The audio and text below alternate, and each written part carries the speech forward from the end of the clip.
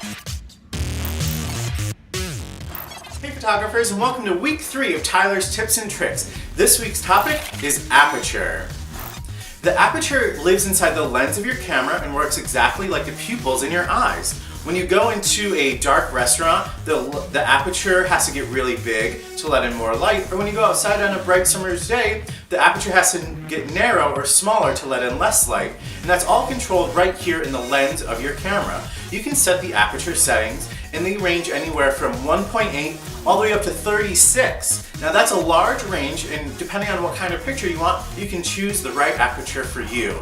Today, I'm going to give you the tips and tricks on how you can create a picture with a blurry background and setting your aperture to the right setting for that. So let's get into it.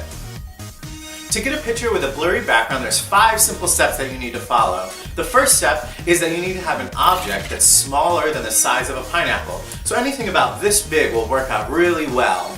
The second is that you need to have a low numbered aperture. So try an aperture around 5.6 to start out with, and then work your way down from there. The lower you go, the blurrier the background will get.